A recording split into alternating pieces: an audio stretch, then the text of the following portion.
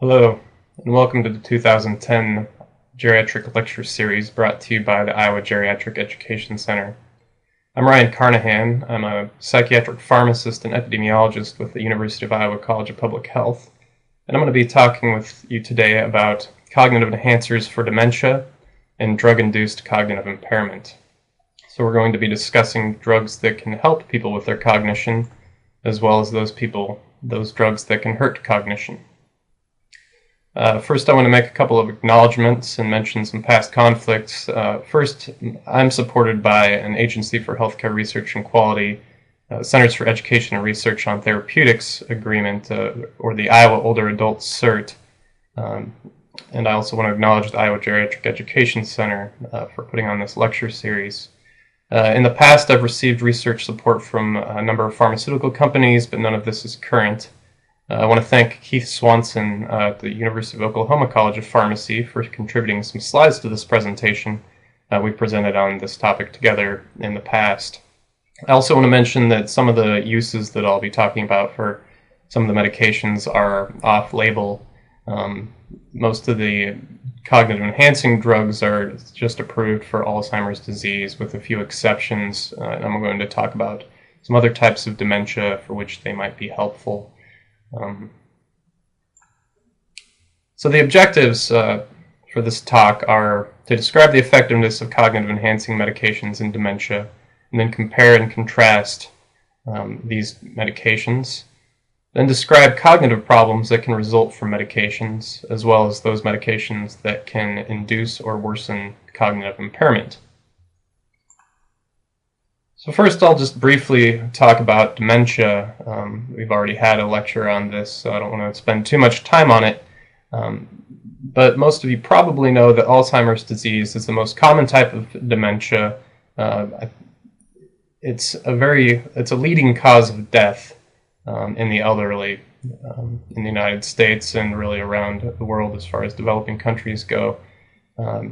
And as many as 4.5 million Americans suffer from Alzheimer's disease. I think this is an old estimate, really, because I think I've seen estimates of 5 million plus. And as we know, as the population continues to age with the baby boomers, the prevalence is going to go up a great deal.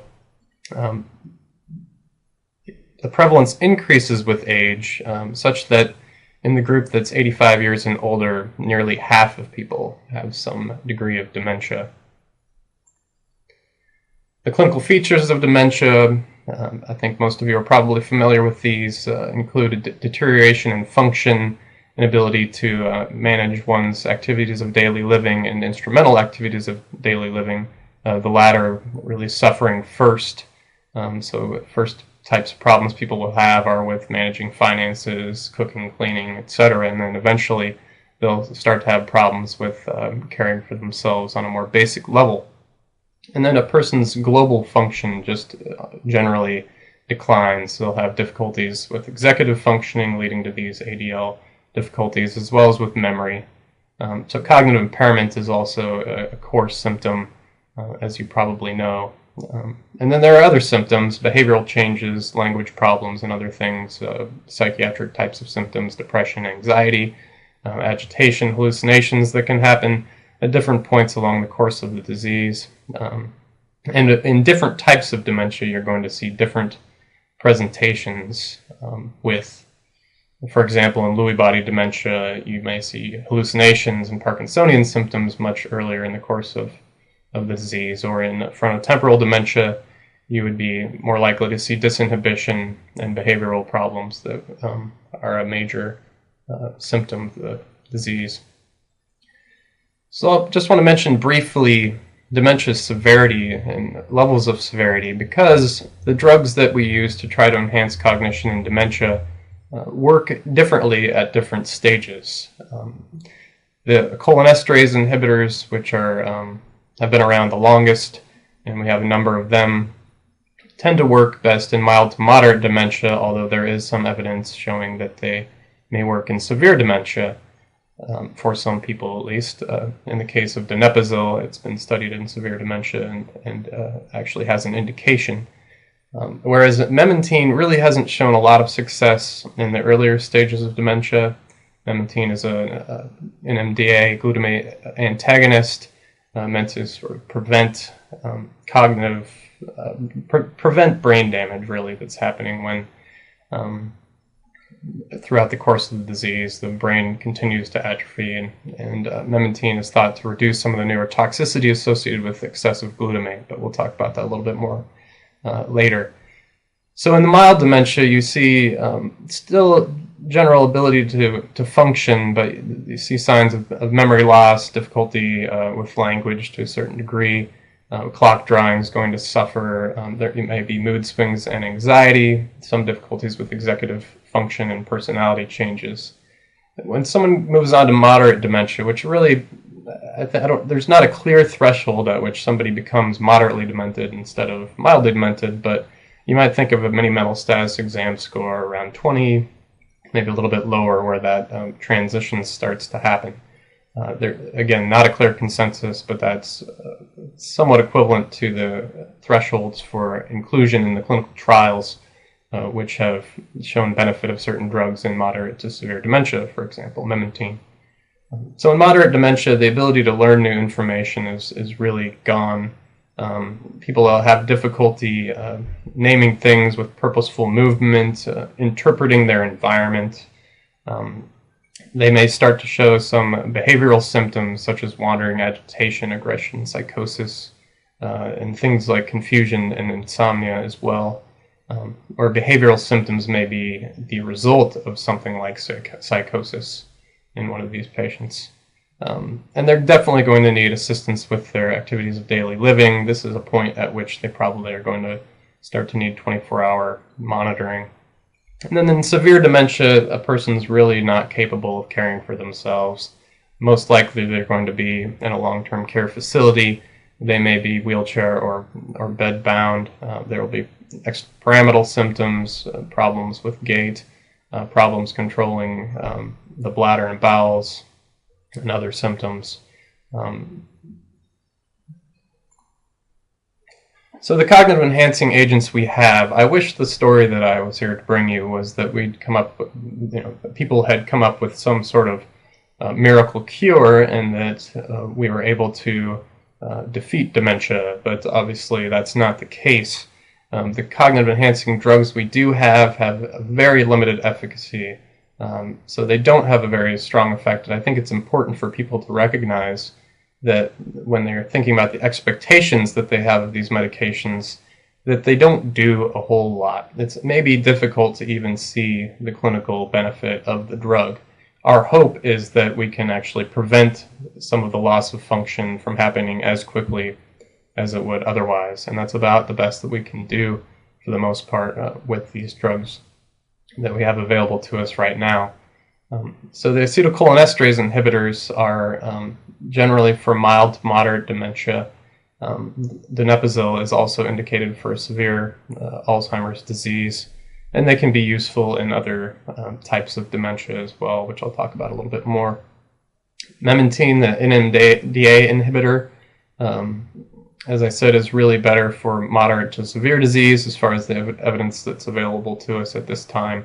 They've not shown much benefit with the drug in milder forms or milder states of dementia. And then there are a number of other agents that have been studied and in some cases may have shown some benefit in some places, not so much benefit in other places, but for the most part none of them has really proven yet to be of benefit, or they've been shown ultimately not to help, and I'll talk about those a little bit more as well. So what do cholinesterase inhibitors do? Acetylcholine is a neurotransmitter that's important to keeping attention and awareness and to keeping a normal level of consciousness for interpreting the environment. Some of these things that can actually start to suffer in dementia. We know the cholinergic system is damaged in dementia, and so the hope is that by reducing the breakdown of acetylcholine by the enzyme acetylcholinesterase, that we can increase the amount of acetylcholine available to the remaining neurons and improve their function compared to having less acetylcholine in the system. And again, this is not a dramatic improvement that is seen, but we do see some small benefits from these drugs. So as I said, they're indicated for mild to moderate Alzheimer's, but there is evidence showing that they're helpful in really about any kind of dementia. Very limited evidence in certain cases, particularly in the case of frontotemporal dementia, but there are some things that indicate that they might be worth a try, suggesting that certain patients might respond and improve on these drugs. But the better evidence is in Alzheimer's disease, I would say also vascular dementia. They're really the cornerstone of treatment for Lewy body dementia, and despite not a ton of trials or anything, it's probably the best thing that we have to give those individuals. So we have donepezil, also known as Aricept, galantamine, also known as Razidine, rivastigmine, also known as Exelon, which also has an indication for Parkinson's disease dementia, and then Tacrin, or Cognex, which was the first available cholinesterase inhibitor. Excuse me.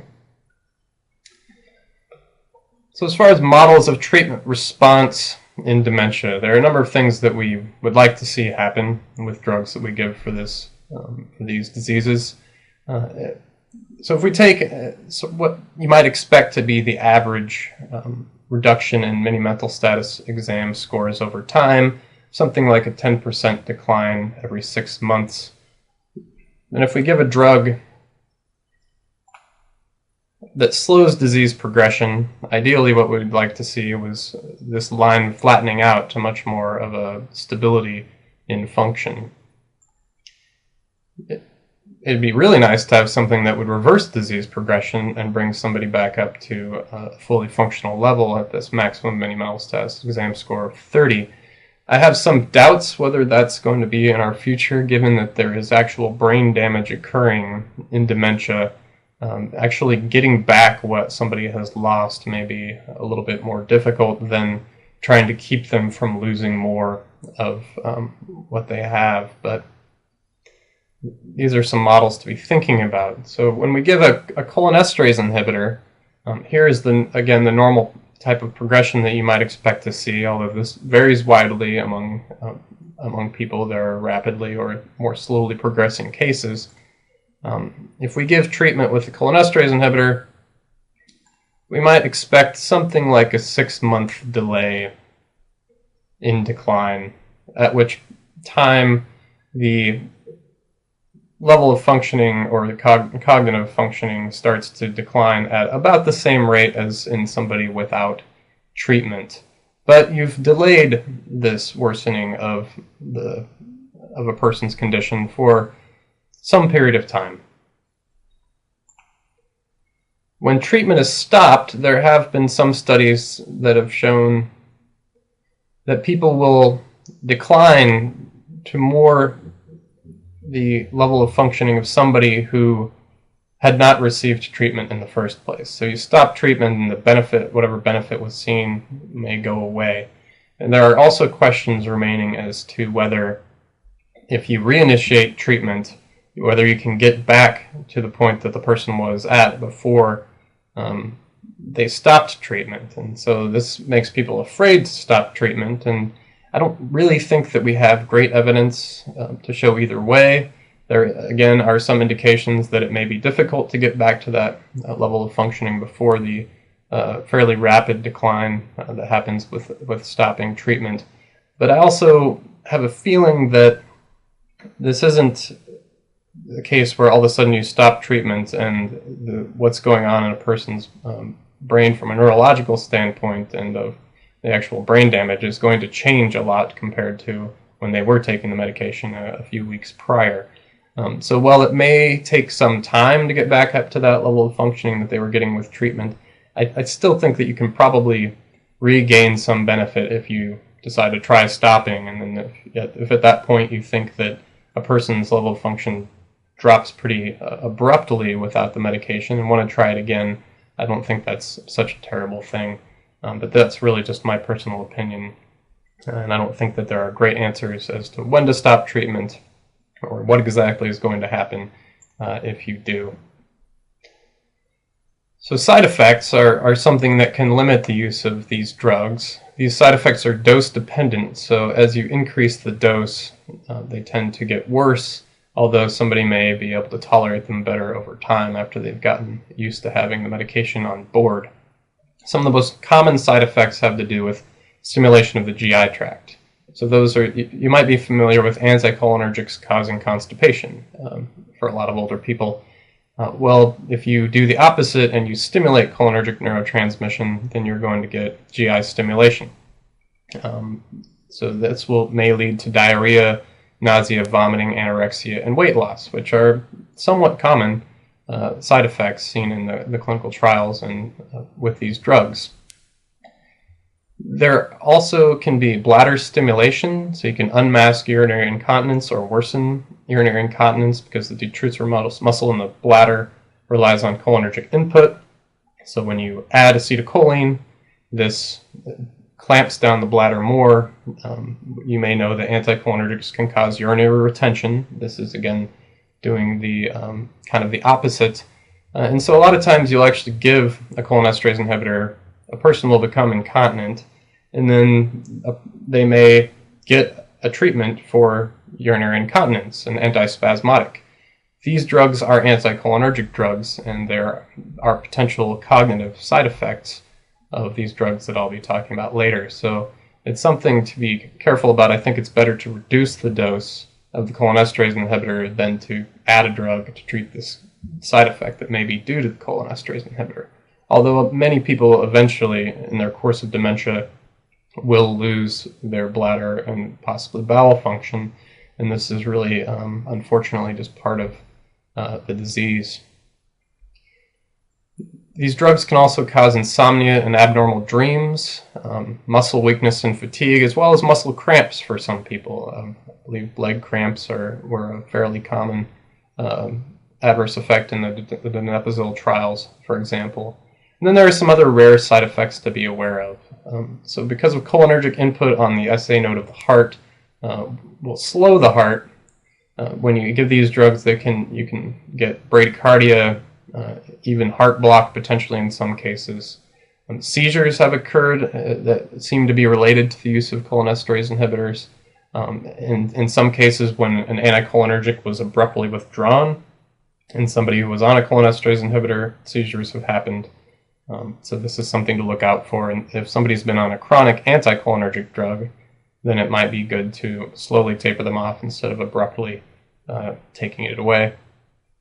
And then you may be aware of inhaled anticholinergics for COPD or asthma. And so since this is doing the opposite, it's possible that these drugs can exacerbate asthma or COPD symptoms. Some pharmacodynamic drug interactions to be aware of. I've mentioned anticholinergics, which are thought to reduce the efficacy of a cholinesterase inhibitor. So if your goal is to enhance cholinergic neurotransmission, then it seems to me that the last thing you want to do is give a drug that's going to block acetylcholine and keep it from working, because that will reduce, assumedly, the efficacy of these drugs. And I'm mentioning that because they are very commonly used, which I'll talk about a little bit later. With antipsychotics, giving these concurrently, at least theoretically, may increase the risk of extrapyramidal side effects, and I believe there are at least some case reports on this, although it may not be something to quote me on. If you think about, we treat extrapyramidal side effects frequently with anticholinergic drugs, things like benztropine. So if you do the opposite thing, once again, then it seems to me that that could increase the risk of extrapyramidal side effects with antipsychotics. With calcium channel blockers and digoxin, there may be an increased risk of heart block when you give a cholinesterase inhibitor concurrently. And with NSAIDs, there is a possible increase in ulcers because of increased gastric acid. When you increase that GI motility with a cholinesterase inhibitor, it also increases acid production, which may increase the risk of GI bleeds and things like this. There have also been potential interactions with skeletal muscular blockers, musculoskeletal blockers, things used in anesthesia with these drugs, but I'd actually saw a recent study that suggested that the drugs are safe to be given with these neuromuscular blockers. Basically a retrospective study looking at outcomes in people who had emergent hip surgery, and so they weren't able to discontinue the drug, versus people who had elective surgery where they were able to discontinue the drug. And they didn't see any real problems with people taking this drug with anesthesia. So it may be that we don't actually have to discontinue cholinesterase inhibitors prior to surgery. So donepezil is the most commonly used cholinesterase inhibitor of the bunch. The dosing is fairly easy. It's 5 milligrams a day for a month, and then if it's tolerated, then you can increase to 10 milligrams a day after 1 month. It also comes in an oral disintegrating tablet, and I have seen reports that donepezil is now approved as a generic, although in looking online and trying to find generic donepezil, I was not able to do so. So I'm not sure if the actual generic drug is out or available yet, but it should be coming soon, which really adds to the potential benefit of this drug. And the oral disintegrating tablet for people that can't swallow meds well or don't take meds well is also going to be available generically, so something to think about. The most common adverse effects are things that I've already really talked about: nausea, vomiting, diarrhea. Insomnia was also an issue. As far as drug interactions, thinking about the way that this is metabolized, it's a minor substrate of cytochrome P450, 2D6, and 3A4. So if other drugs are inhibiting these enzymes, then it's possible that you'll see some increase in donepezil effect, which could lead to some adverse effects. But it being a minor substrate, those drug interactions are not likely to be really strongly clinically significant. The half-life of this drug is long. It's dosed once a day, and that can really be a benefit for some people. For example, if they don't take meds well and they may miss a day or two here and there of their medications, then this long half-life is going to help prevent the need to retitrate the drug after discontinuation, which in the case with some of the other cholinesterase inhibitors, if a person doesn't take them for a few days, then you really have to retitrate to keep from having severe gastrointestinal or other types of adverse effects when you reinitiate the drug. If somebody's constipated, for example, and you reinitiate a drug at a full dose when the person's not used to it, that may increase their GI motility, end up getting some sort of ileus or other problem. So you have to be careful with reinitiation of some of them after they're discontinued. This, you have a little bit longer window. Rivastigmine or Exelon requires 2 to 3 daily doses with food. The titration is somewhat complicated. If you discontinue it, then it has to be retitrated. But this is also available as a patch. So for some patients that aren't going to take oral medications well, the patch may be a reasonable option. The adverse effects are similar again to the other ones that I've talked about already. And if you rapidly titrate this, or if somebody discontinues and you start at too high of a dose, you're going to get more adverse effects. Galantamine or Razidine, I did run across a generic of this online, so it may be becoming available in that form. The dosing is twice a day with food, but there's also an ER form.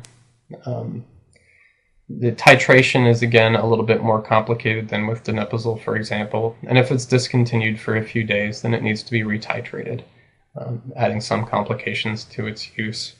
The adverse effects, again, are basically the same, although there may be some mild differences in the adverse effects that have been seen in the trials. And same thing with the efficacy of these drugs. Overall, they're pretty similar to each other. As far as drug interactions, it also is a minor cytochrome P450, 2D6, and 3A4 substrate. But I don't think that you're going to see a lot of clinically significant drug interactions due to that since it is only a minor substrate of those and is also metabolized in different ways. Tacrin, I don't want to spend much time on it. It was the first cholinesterase inhibitor available, but it's really not used much today due to the liver problems that can develop. So memantine or Namenda, the NMDA glutamate antagonist, is really the drug that's different compared to the rest of them, the other things that are cholinesterase inhibitors. It's indicated for moderate to severe dementia. It's not really shown a lot of success for early Alzheimer's disease. It has shown benefit in moderate to severe vascular dementia and has been studied a little bit in other types of dementia with results that are somewhat positive. So while I'm not going to necessarily recommend using it across the board, I think it's worth looking into and considering it for other types of dementia as well. The initial dosing is 5 milligrams once a day, and then you can increase the dose by 5 milligrams at weekly intervals, up to eventually giving 20 milligrams a day. The recommended dosing is to give it twice a day once you get past this 5 milligram level. There has been some research suggesting that giving even 20 milligrams once a day is tolerable and effective. So I think giving it once a day is a reasonable thing to do. If somebody has moderate to severe renal impairment, cutting the dose about in half is probably a good thing to do. So keeping that max dose more around 10 milligrams a day if their kidney function is not good.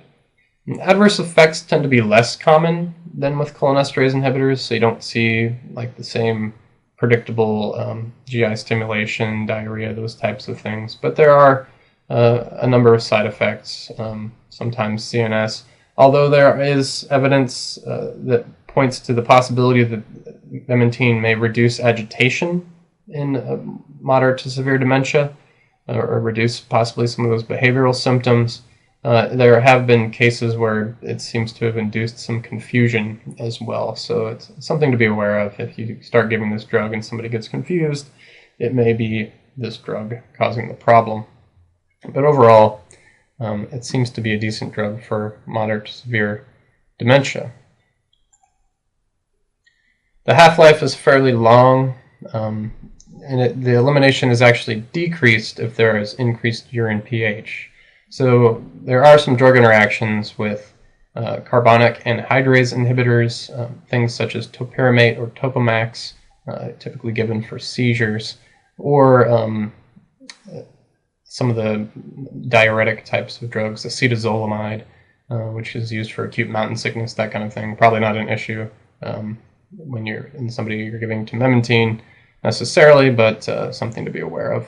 Or something like sodium bicarbonate, because it increases urine pH, can decrease the elimination of memantine. Now, combining memantine with a cholinesterase inhibitor has shown some slight benefit. This is a statistically significant benefit in moderate to severe Alzheimer's when, for example, in this study cited here, it was added to donepezil in people who had been receiving a stable dose of donepezil for some time, in those people with moderate to severe Alzheimer's. So it was a statistically significant benefit, but whether it was actually a clinically significant benefit is a whole different thing.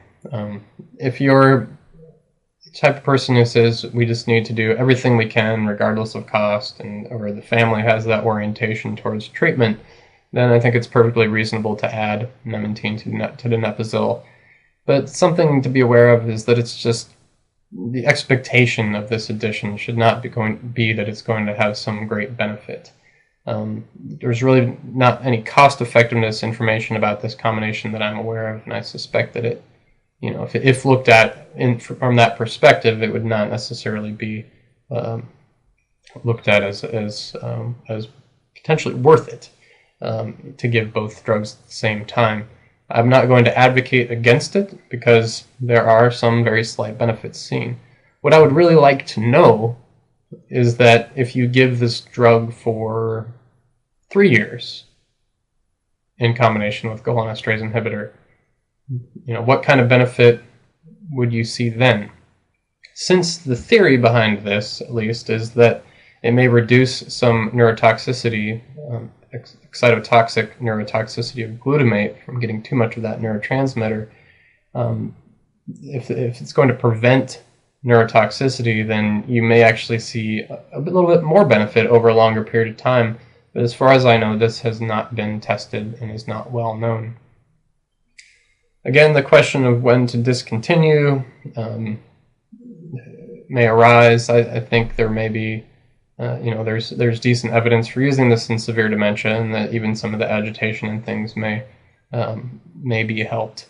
So I don't necessarily know, when to tell you to discontinue it.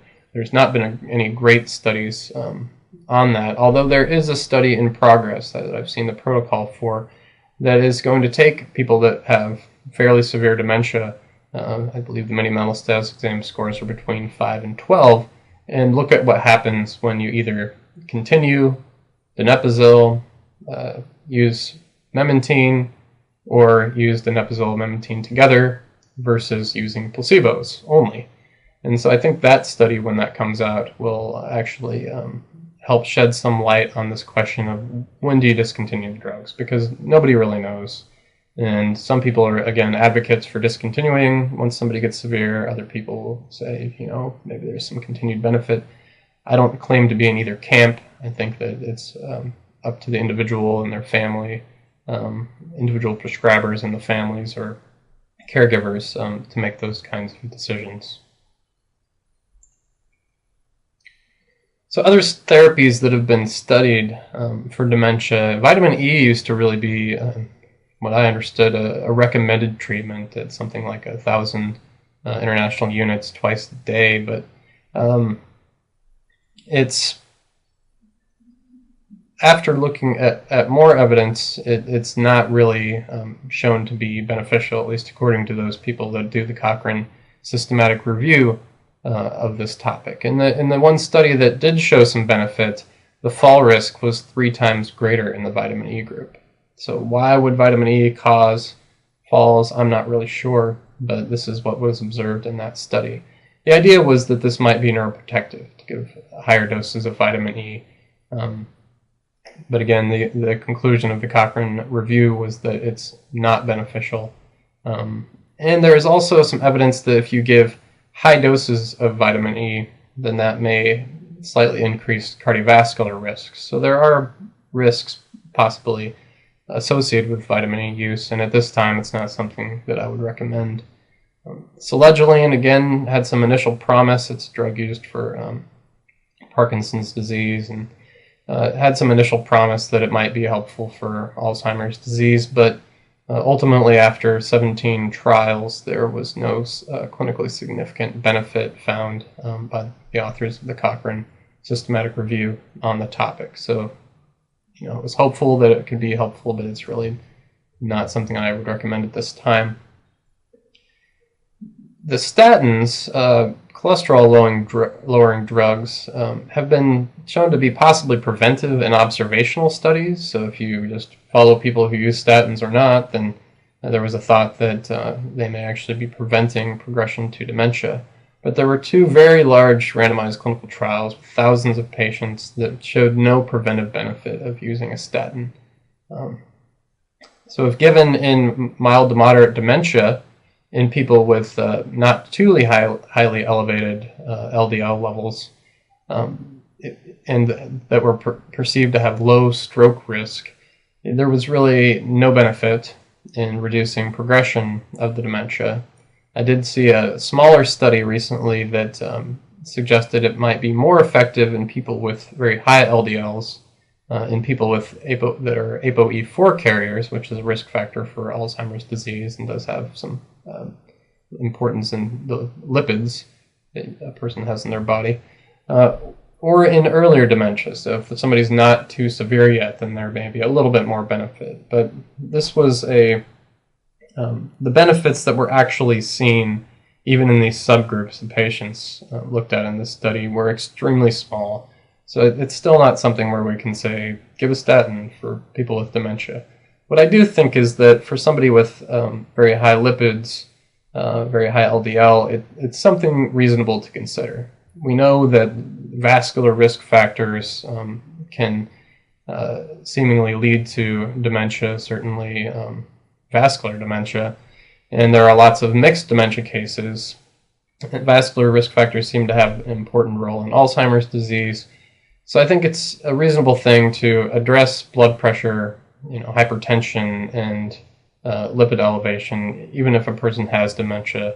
Not necessarily thinking that it's going to really prevent them from declining, but also thinking about risks of things like strokes. Somebody has mild dementia and then they have a stroke, they could have a whole new set of problems that come up. So I think it's still worthwhile, while maybe not being incredibly aggressive with these with cholesterol lowering and blood pressure lowering drugs, to treat those conditions.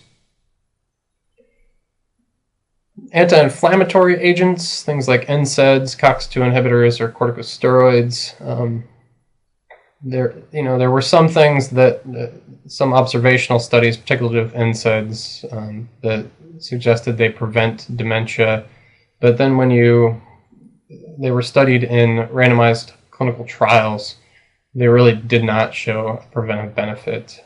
So maybe it's something about those people that were using the NSAIDs that made them different from the other people that were studied, and not the drug itself that was preventing dementia. Or maybe it's a duration of use thing. It has to happen much earlier in life. It's really not clear, but to give one of these drugs for preventing dementia is probably not a safe thing to do, since they do have side effects. And when they've actually been given in dementia, there really have not been benefits shown of things like NSAIDs and COX-2 inhibitors. So unfortunately, yet another treatment didn't really pan out. Hormonal agents, I think there are some questions still as to whether some of these might have some benefit in some people. They're still being researched, at least in the case of testosterone and estrogen replacement therapies. So hypogonadal men, people with low testosterone levels, giving some testosterone replacement, particularly if it's an early stage of dementia and early mild cognitive impairment, may actually improve cognition.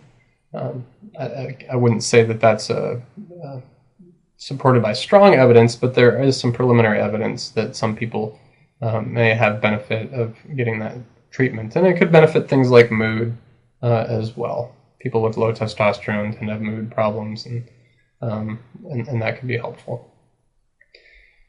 So DHEA is another hormonal treatment that really has been found not to be beneficial in Alzheimer's disease. Estrogen is still a question mark.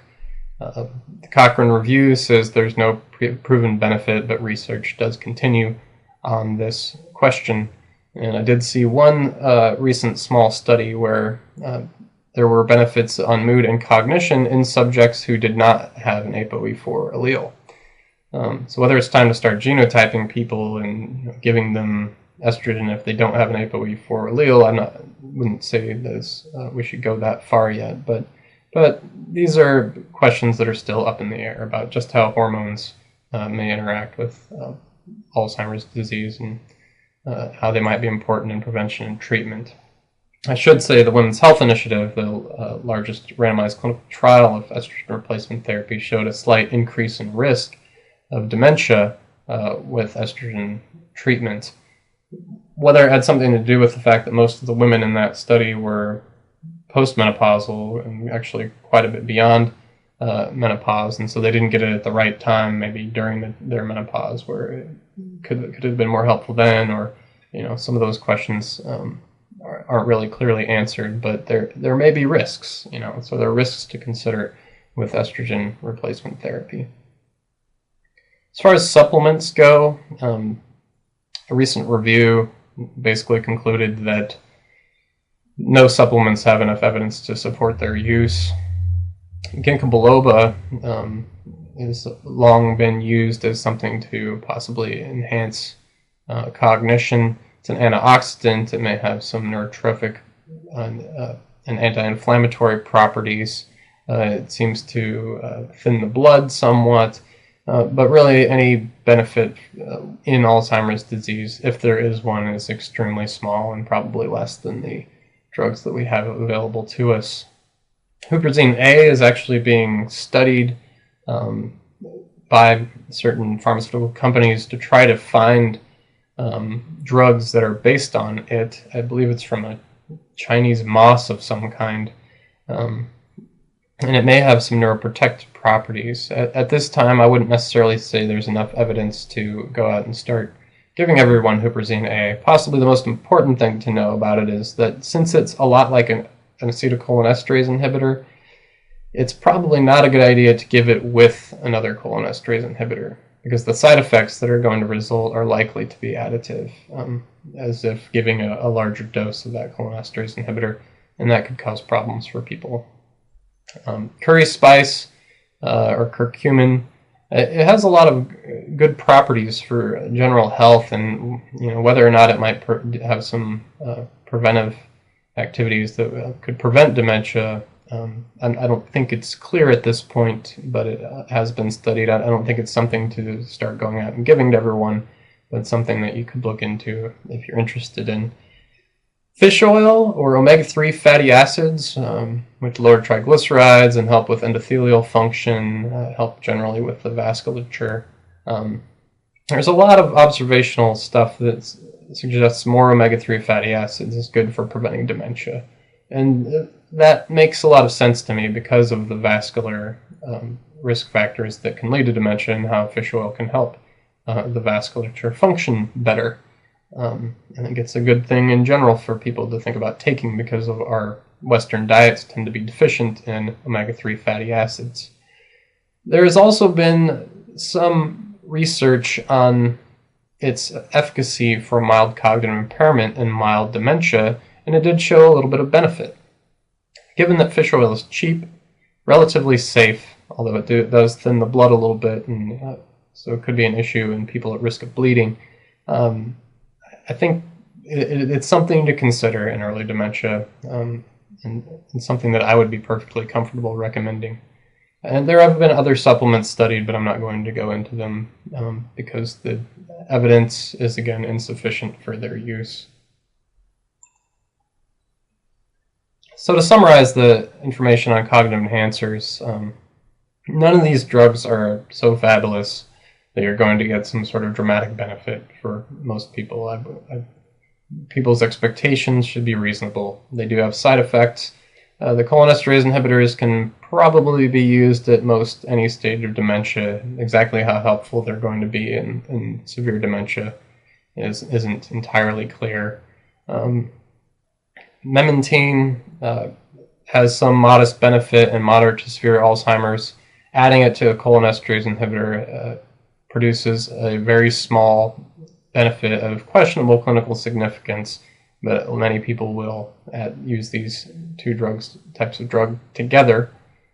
Again, fish oil, something to think about, something that might be reasonable for people with mild cognitive impairment or early Alzheimer's disease. And then I think, again, that it's reasonable to maintain blood pressure and lipid control. Again, not necessarily being incredibly aggressive, because there can be side effects of lowering blood pressure and even lowering lipids, but keeping them from getting too out of hand, such that something like a stroke might happen. So we've talked about some drugs that may help cognition, albeit to a small degree, and I want to talk for a little bit about medications and cognitive impairment, and really those things that can cause problems with cognition. So that you can have a number of types of medication-induced cognitive problems. It may be subtle deficits in processing and memory that are very difficult to pick up on. And they may be hard to differentiate from aging. So one way to do this is to think, well, if I added this drug and a person then started complaining that they can't remember things quite as well, maybe if it's non-essential, I can try taking it away for a little while. But a lot of times people are actually on these medications chronically. They may be on them for years prior to developing some cognitive problems. So when somebody ages, their ability to tolerate a medication that they were able to tolerate at a younger age may change. And so if this is a medication where there's a substitute that's not likely to cause as much cognitive, or have the potential to cause as much cognitive problems, then it would be worth taking this drug away and maybe trying something else, I think, if we know this drug can potentially cause cognitive deficits. And people really shouldn't be on drugs that they don't need, but some of them are symptomatic types of treatments, where things like the urinary antispasmodics that may improve quality of life to some extent, but do have side effects that we need to be aware of. So we can have subtle deficits, as I mentioned, as well as delirium, which is a much more dramatic, typically, change in a person's ability to function. So it's an acute change. They're confused, disoriented, they can't maintain attention. There's an altered level of consciousness, typically in delirium, where somebody either looks a little bit sedated or they're hyper alert and agitated. Memory dysfunction is a core symptom, and there are other symptoms. They can have things like hallucinations, delusions, and other signs. So delirium is really a medical emergency, because if somebody has this abrupt change in their cognition, it's a sign that there's really something going on, be it drug intoxication or withdrawal, or an uncontrolled medical disorder that needs to be addressed. Something like even a urinary tract infection may cause the problem, or pneumonia. So you really have to work somebody up who develops delirium to figure out what exactly is causing the problem. This may present as agitation or psychosis or problematic behaviors. So if somebody has a worsening in their behaviors or in psychotic types of symptoms, then it's worth trying to go and figure out what might be causing this problem, be it a medication or something else like a medical problem. And delirium is also under-detected. So a lot of people get delirious and they don't get noticed because they're not hyperactive, they're not agitated. And I think it's important to screen for delirium in people that are at risk, such as those with dementia. There are tools such as the confusion assessment method by Sharon Inouye that you could look into and potentially use in your practice. So if somebody does present with cognitive impairment or some kind of sudden change in mental status, then I think it's important to suspect delirium or suspect other causes, medical problems, and drugs prior to just concluding the person has dementia.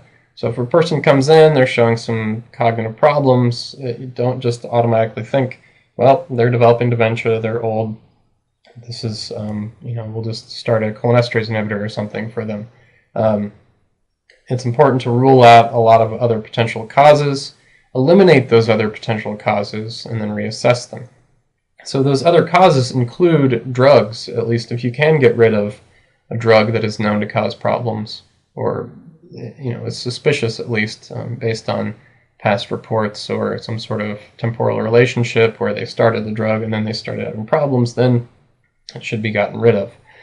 And so regardless of whether you decide somebody has dementia or not, if you're a diagnostician, then I think it's important to conduct what I've heard called pharmacologic debridement.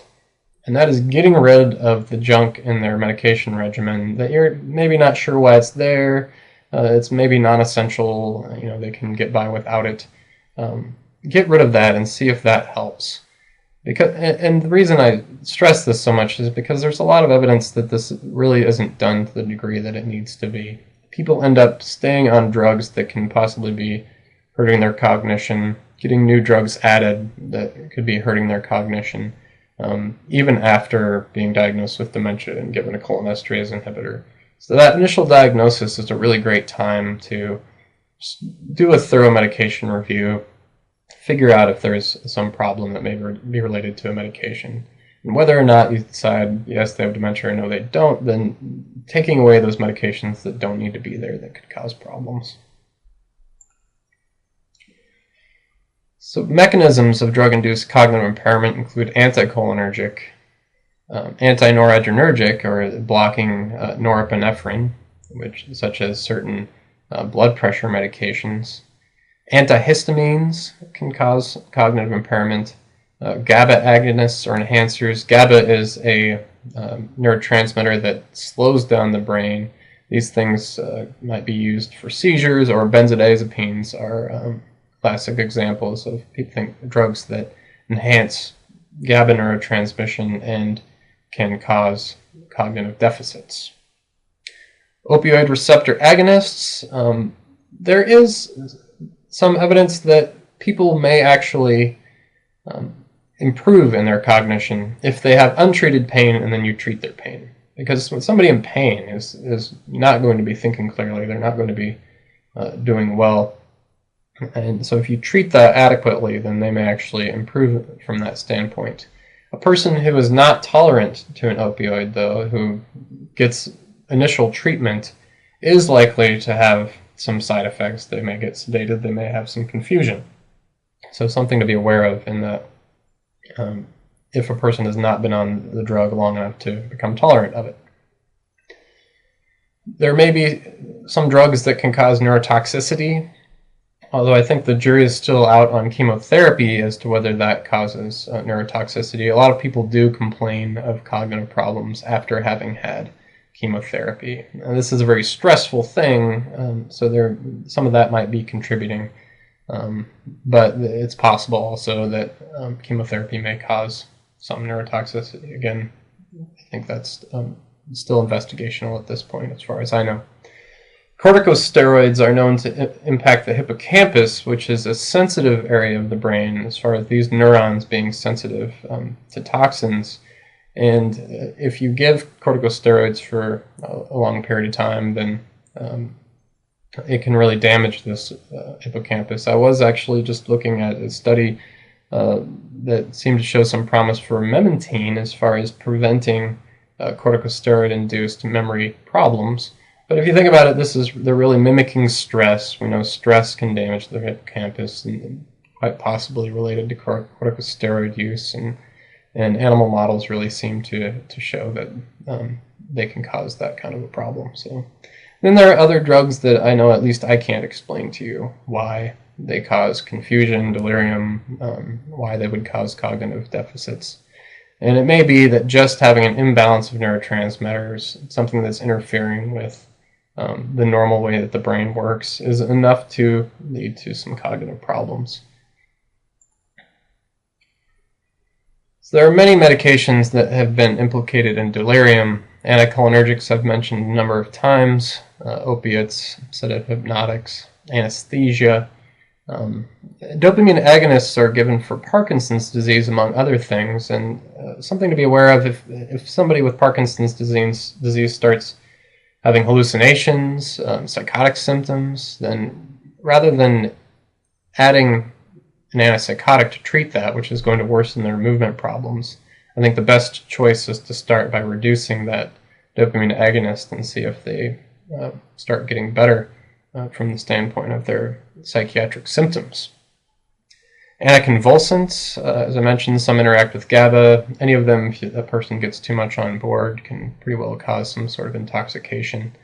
Some pathomimetics, dopamine agonist types of drugs, only more like stimulants, may lead to delirium from having too much dopamine around. Steroids, substances of abuse. Some other drugs that you don't maybe classically think about as being related to cognition, but things like immunosuppressants or antibiotics.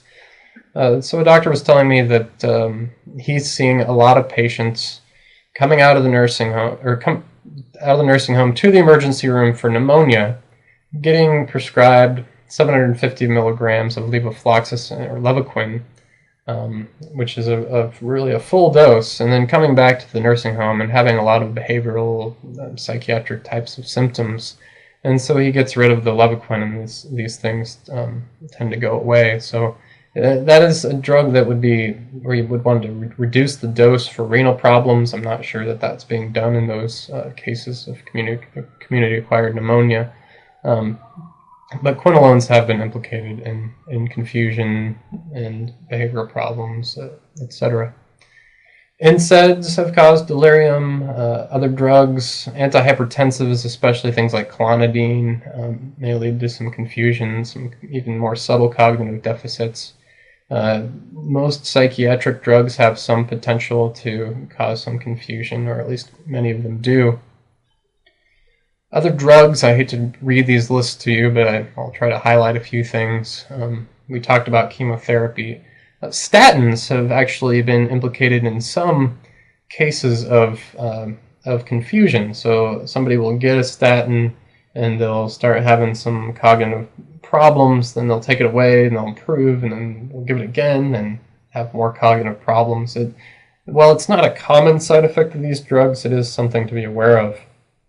The H2 antagonists, such as cimetidine, ranitidine, famotidine, also nizatidine, have all been implicated in cases of delirium, even though cimetidine and ranitidine have the best evidence of having anticholinergic effects.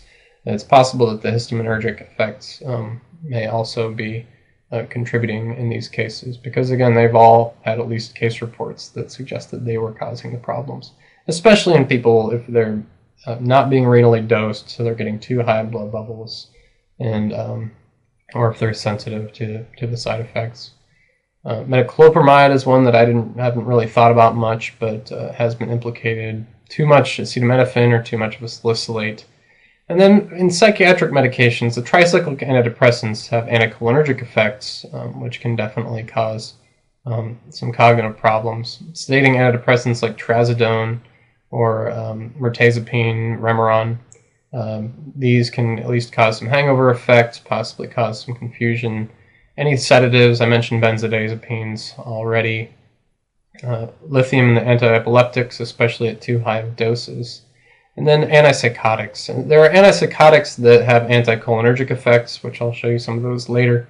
And those definitely, I think, you would think of as possibly causing cognitive deficits. I've also seen some patients that seem just not to tolerate certain antipsychotics, and they would get confused. I saw a patient get confused where I really couldn't think of another explanation other than Risperdal at pretty normal doses. And this was a younger guy, had a psychiatric disorder, and when we took it away and put him on something else, it all went away and he went back to normal. So this is something to be aware of.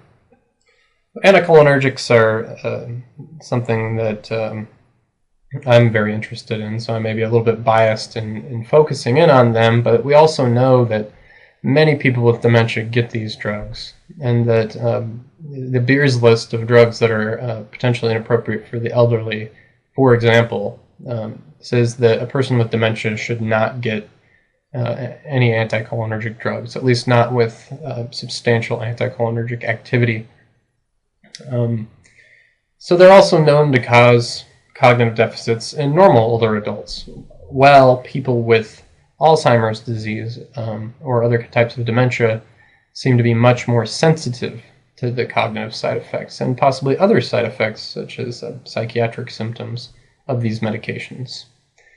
So this particular study is just one of many examples of challenge studies that have shown the cognitive deficits from anticholinergics. In this case, scopolamine, used for motion sickness. They make little patches that people use to try to prevent motion sickness. But it's a very classic anticholinergic drug. And this was given to people with Alzheimer's disease and 10 normal controls. The Alzheimer's group showed much worse cognitive decline at much lower doses compared to the normal controls. So they were much more sensitive to the anticholinergic, which makes sense given that we know that their cholinergic system is damaged. They also showed an increase in psychotic types of symptoms. These BPRS scores are often used for schizophrenia or bipolar disorder, and they're really more the psychotic, or acute mania, I should say, really psychotic types of symptoms. And some of the side effects that were seen In this particular study were euphoria, motor incoordination, hostility. So this hostility is something to be aware of if somebody starts to develop behavioral problems. As I think I mentioned before, then it may actually be related to the drug. There is some evidence that anticholinergics may increase the risk of psychotic symptoms in people with dementia. So not only do they have these cognitive side effects, but they have possible contribution to the behaviors that are so difficult for certain caregivers. So this is, I call it a short list. I think it's really a list of most of the more common, fairly potent anticholinergic drugs. Not all of them being hugely potent, but all of them having pretty significant anticholinergic effects. Antihistamines, over-the-counter antihistamines, are something to look out for. They're one of the more common anticholinergics used by older adults. The newer ones, things like loratadine or Claritin and Zyrtec, those types, really don't seem to have so much as far as anticholinergic effects, but all the older antihistamines do, be it Benadryl or diphenhydramine, that kind of thing. The over-the-counter sleep medications, for the most part, also contain anticholinergic drugs, diphenhydramine or doxylamine. So these are things that people will think of as, Tylenol PM. It's safe and it's non-addictive and whatever, but it's really not very safe for older adults. Melatonin, I suppose, would be one of the exceptions if it's something available over the counter that people use for sleep that doesn't have anticholinergic effects, or chamomile or something like that. But for the most part, if it's a drug and it's over the counter and it's used for sleep, it's going to be an anticholinergic. Bladder antispasmodics I've touched on already. There may be some differences in the cognitive effects of bladder antispasmodics, be it because they have different ability to cross the blood-brain barrier, or because they're more selective for certain muscarinic receptors. However, people with dementia tend to have a blood-brain barrier that doesn't function quite as well as other acute illness can lead to a really greater permeability of the blood-brain barrier. So even if we have an expectation that something might not cause as much cognitive problem based on even some pretty good evidence that says some of them are less bad than others, or maybe really don't lead to problems in normal older adults, you still have to be aware in somebody who already has some cognitive problems.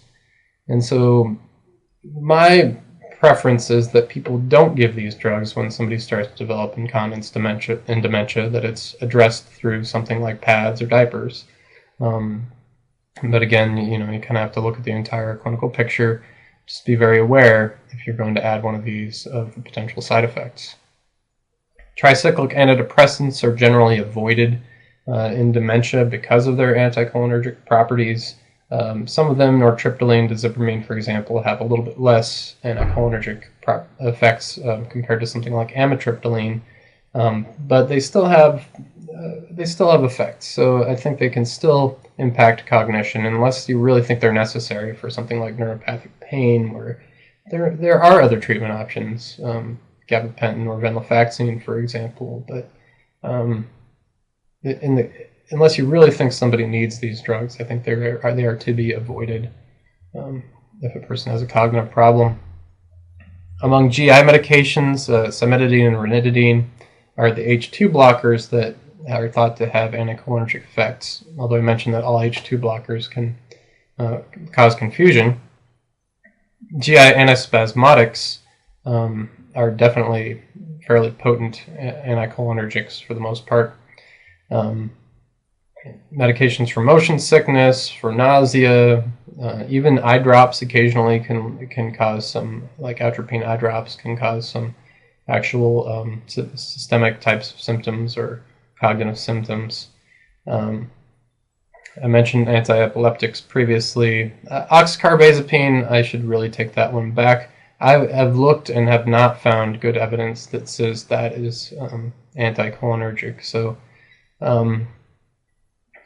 well, I think it can likely cause some cognitive problems like most antiepileptics at too high of doses. I should not have that on a list of anticholinergic drugs. I just sort of assumed that it was similar to carbamazepine, which definitely does have anticholinergic effects, and that may be wrong. COPD medications, these inhaled anticholinergics, it's not necessarily very likely that they're going to have CNS side effects, but they definitely have systemic anticholinergic side effects, and I wouldn't rule out that occasionally in somebody with a blood-brain barrier that wasn't working well that they could cause problems. Muscle relaxants, and to finish off the list, certain antipsychotics, clozapine and olanzapine among the newer drugs, as well as quetiapine has an active metabolite that is fairly potently anticholinergic, and that Seroquel is the brand name for quetiapine. Those tend to be the anticholinergic ones among the newer agents, and a lot of the older ones, especially low potency antipsychotics, have anticholinergic properties. So something that you can use to help reduce anticholinergic use in older people is this pocket card that we created here at the University of Iowa in our CERT, as well as HERCE, the Health Effectiveness Research Center, both of which I'm a part. It's a pocket card, so you can cut it out and have two sides. I also have some hard copies that are available if you want to contact me at ryan-carnahan@uiowa.edu. And so this is just a little screener where you can look down a patient's list of medications and try to identify these anticholinergic drugs so that they can possibly be taken away. And this is also available at chainonline.org. This is the National Centers for Education and Research on Therapeutics website. We'll have this on our own Iowa CERT website as soon as we finish updating that. It's in the process of updating. So to summarize on medication-induced cognitive impairment, I've heard it been said that all drugs can be psychoactive in the elderly. So that might be a little bit of an exaggeration, but many drugs that you might not think of classically as having cognitive effects may lead to problems such as delirium. I think that we need to be proactive in taking away medications that we don't necessarily think somebody needs anymore, at least as best as we can. And think about the risk-benefit of a drug like a bladder antispasmodic prior to using it. If somebody develops delirium, that is a serious problem that needs to be evaluated, both from the standpoint of medical problem issues or drugs that are contributing, or the interaction of the two. I mentioned that agitation and psychosis in dementia can be drug-induced, something to look out for, even though we were talking mostly about cognition today. A lot of the same drugs that can cause cognitive problems can also cause, at least appear to be able to cause behavioral, challenging behaviors.